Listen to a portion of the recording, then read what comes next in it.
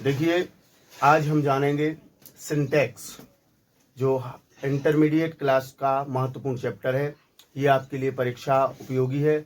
इसमें आपके लिए वाक्य जो पेपर में आते हैं वो करेक्शन करने के लिए आते हैं। इसमें जो सिंटैक्स है, सिंटैक्स का मतलब होता है वाक्य रचना। वाक्य रचना मतलब किसी भी प्रकार के वाक्य की सही तरीके से रचना की जाए। इसमें जिसकी परिभाषा होती है कि किसी भी वाक्य में शब्दों का सही क्रम में लगाना वाक्य रचना अर्थात सिंटैक्स कहलाता है। अब सिंटैक्स, इसमें इंग्लिश में परिभाषा होगी कि syntax is the grammatical structure of sentences. ठीक, इसमें स्पष्ट दिया गया है कि किसी भी वाक्य में शब्दों का सही क्रम में लगाना, मतलब वाक्य का क्रमागत रूप से ही रखना ही सिंटैक्स के अंतर्गत आएगा। इसमें कुछ बातें हैं जिनको हमें गौर करना पड़ता है। जैसे पहली बात आती है, शब्दों की व्यवस्था सही होना चाहिए ताकि वाक्य का अर्थ सार्थक रहे। यदि वाक्य में शब्दों की सही व्यवस्था नहीं होगी तो वाक्य का अर्थ विपरीत हो जाता है। इसलिए वाक्य की जो व्यवस्था है, शब्दों की व्यवस्था है वाक्य में, वो सही होना चाहिए। जैसे कि रेनू हेल्प्ड मीरा, क्योंकि ये सब्जेक्ट हो गया तो इसको तो आगे रखना ही पड़ेगा। तो रेनू ने मीरा की सहायता की। इसके बाद दूसरा पॉइंट आता है आपका, कंप्लीमेंट का प्रयोग हमेशा वर्ब के बाद होता है। मतलब जो वाक्य को पूर्ण करने वाला शब्द होता है वो हमेशा वर्ब के बाद ही किया जाएगा। जैसे कि इसमें लिखा है, for example, Ram is a shopkeeper. Ram एक दुकानदार है। इसके बाद तीसरा पॉइंट आता है कि एडवर्ब का प्रयोग जिस शब्द की विशेषता प्रकट करता है उसी के पास होना है। अगर जिसकी विशेषता प्रकट की जा रही है, अगर वहीं पर अगर आपका एडवर्ब का यूज नहीं हुआ तो आपका वाक्य का अर्थ विपरीत हो जाएगा। इसलिए इसमें भी हमें ध्यान देना है कि एडवर्ब का यूज जिस शब्द की विशेषता प्रकट करता है उसी के पास रखना चाहिए। फॉर एग्जाम्पल देखो, ये लिखा हुआ है कि ही नेवर टेल्स अ लाई। यहाँ पर क्रिया की विशेषता बतलाने वाला शब्द होता है एडवर्ब, जिसको हिंदी में कहते हैं क्रिया विशेषण। क्रिया है आपकी टेल्स। अब ये विशेषता है झूठ बोलने की, लेकिन कैसे? कभी नहीं। तो ये देखिए, टेल्स के बाद यहाँ पर एडजेक्टिव लिखा हुआ है, मतलब जो क्रिया की विशेषता बतला रहा है वही एडवर्ब कहलाता है। इतना तो आ गया समझ में। एक और इसमें रूल है, इसमें रूल है क्या है? एग्रीमेंट।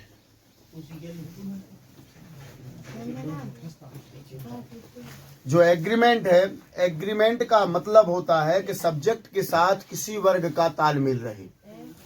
एग्रीमेंट का अर्थ होता है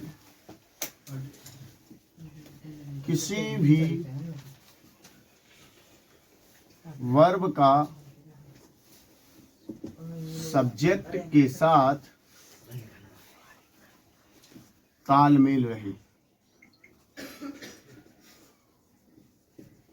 तालमेल से ही तात्पर्य निकल आता है आपका क्या? एग्रीमेंट। उसके बाद क्रिया हमेशा कर्ता के नंबर, जेंडर और पर्सन के अनुसार प्रयुक्त होना चाहिए। जो इसमें क्रिया यूज की जा रही है, क्रिया हमेशा कर्ता, कर्ता को अंग्रेजी में बोलते हैं सब्जेक्ट, के नंबर, पर्सन और जेंडर के अनुसार प्रयुक्त होना चाहिए।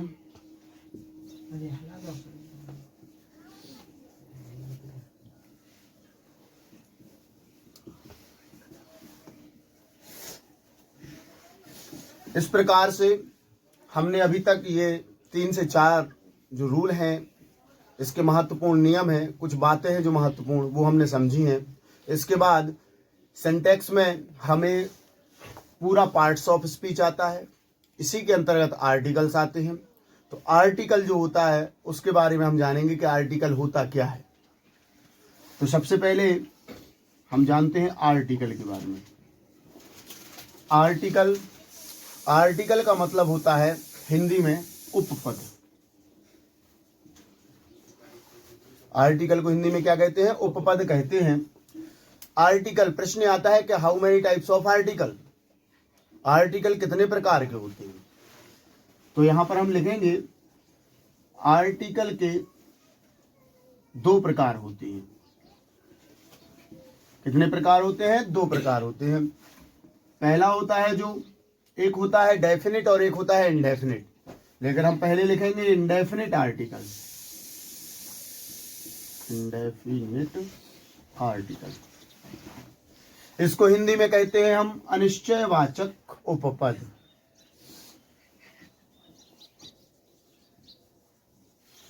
अनिश्चयवाचक उपपद। इसके अंतर्गत दो आते हैं आर्टिकल, एक आता है ए और एक आता है एन। इन दोनों का अर्थ ही होता है क्या? एक। लेकिन दोनों का अर्थ एक होता है, लेकिन प्रयोग अलग अलग जगह किया जाता है। दूसरा आर्टिकल होता है डेफिनेट आर्टिकल। डेफिनेट आर्टिकल का मतलब होता है निश्चयवाचक उपपद। निश्चयवाचक उपपद। इसके अंतर्गत आता है केवल आर्टिकल द। इसका जिस प्रकार से डेफिनेट आर्टिकल, जैसा कि इसका अर्थ निकल रहा है निश्चयवाचक, जो चीज या कोई वस्तु या नाउन जो निश्चित है वहां पर हम यूज करेंगे आर्टिकल द का, और जो अनिश्चित है, जो क्लियर नहीं है किसी भी प्रकार से, वहां पर हम यूज करते हैं ए और एन का। ठीक, इस प्रकार से देखिए, इस प्रकार से आर्टिकल के प्रकार कितने हो गए हैं? दो। यहां पर थोड़ी मिस्टेक हो गई थी, यहां एल नहीं आया था। तो आर्टिकल के कितने प्रकार होते हैं? दो, एक डेफिनेट और एक इनडेफिनेट, लेकिन इनके दोनों के मिलाकर के तीन भाग होते हैं, ए और एन और द। तो इन्हीं तीनों का प्रयोग हमें करके सीखना है। तो पहले नंबर हम जानेंगे आर्टिकल ए के बारे में। तो पहले यहां पर लिखें हम, इसके बाद इस प्रकार से आर्टिकल के तीन भाग होते हैं, ए, एन और द। पहले हमें सीखना है प्रयोग ए का। ध्यान दो सभी, जो भी समझ में ना आए तो कमेंट बॉक्स में अवश्य डालें, और सब्सक्राइब चैनल को अवश्य करें ताकि हमारे द्वारा दी गई जानकारी आपके पास अवेलेबल हो सके और यथा समय पर पहुंच सके। तो पहले नंबर देखिए, जैसे कि हमने लिखा कि यूज ऑफ आर्टिकल ए का प्रयोग हमें कैसे करना है, किस प्रकार से किया जाता है, उसके बारे में हम बता रहे हैं आपके लिए कि आर्टिकल ए का प्रयोग उन नाउन्स से पहले किया जाता है। नाउन बोले तो संज्ञा जिनकी गिनती की जा सकती है। आर्टिकल ए का प्रयोग एक के लिए होता है, मतलब सीधी सी बात है कि आर्टिकल ए का अर्थ ही एक होता है, और जिनकी गिनती की जा सकती है, अर्थात काउंटेबल नाउन से पहले आर्टिकल ए का यूज किया जाता है। जब किसी शब्द के उच्चारण से, जब कोई शब्द का हम प्रोनाउंसिएशन करते हैं, मतलब उच्चारण करते हैं, तो हिंदी वर्णमाला के अनुसार पहले अक्षर से ध्यान देना है।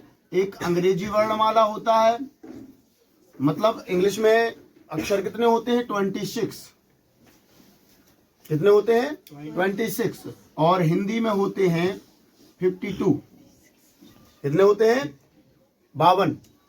तो हमें ध्यान अंग्रेजी वर्णमाला के अक्षरों पर नहीं देना है, यहाँ पर ध्यान देना है हमें कहाँ पर? हिंदी वर्णमाला के अक्षरों पर। तो यहाँ पर देखिए, जैसा कि स्पष्ट दिखाया गया है कि हिंदी वर्णमाला के अनुसार उच्चारण, हिंदी वर्णमाला के अनुसार पहले अक्षर से व्यंजन। अब देखिए, व्यंजन इंग्लिश में जो होते हैं ए, ई, आई, ओ, यू को छोड़कर, ये जो 5 अक्षर हैं ये सभी क्या हैं? वोवेल। वोवेल बोले तो स्वर। इनको छोड़ करके बाकी के जो 21 लेटर्स हैं वो सभी क्या हैं? व्यंजन हैं, कॉन्सोनेंट हैं, तो यहाँ पर हमें इनका ध्यान नहीं देना है, हमें ध्यान देना है हिंदी से। हिंदी में होते हैं का से लेकर के ज्ञा तक। यहाँ तक के शब्दों में से कोई भी शब्द का जो उच्चारण है वो क्या आ रहा हो, व्यंजन आ रहा हो, उसकी आवृत्ति होती है, तो हम एक के लिए ए का प्रयोग आर्टिकल के रूप में करते हैं। यहाँ पर देखिए नीचे जो लिखा है कि चाहे कोई